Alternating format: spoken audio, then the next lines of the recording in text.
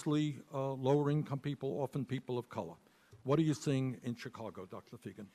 Well, I can tell you that 36,000 people died in the United States in 2016 as a result of being uninsured, and that we base access to health care in this country on your ability to pay for it and not on your need for care.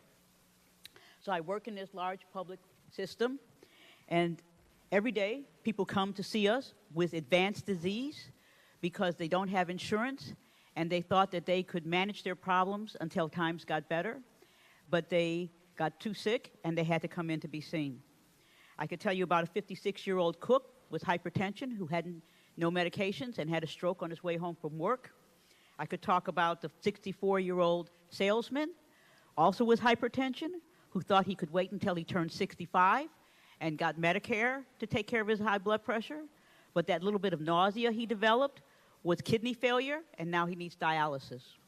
I could tell you about the 50-year-old with diabetes who had no medication, who came in with his blood sugar so high that he developed such severe nausea and vomiting, he tore his esophagus.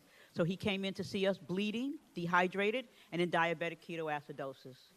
But I probably will never forget the 54-year-old woman who was a nurse's aide who came into us after struggling for months with difficulty swallowing, and we diagnosed her with advanced esophageal cancer. And I remember telling her that we could put in a feeding tube and talking to her about putting her affairs in order.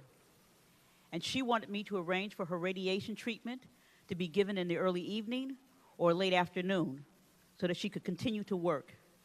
Because what she knew was that if she couldn't continue to work, she wouldn't be able to pay her bills, including her rent. And if she couldn't pay her bills, nothing else mattered. So what we see is that we have studies that show that people who do not have insurance delay in seeking care for heart attacks, that people who have co-payments for medication, no matter how low, it decreases the utilization of much-needed medications, decreases the uses of blood pressure medicine, decreases the use of diabetic medication, and cholesterol-lowering statins.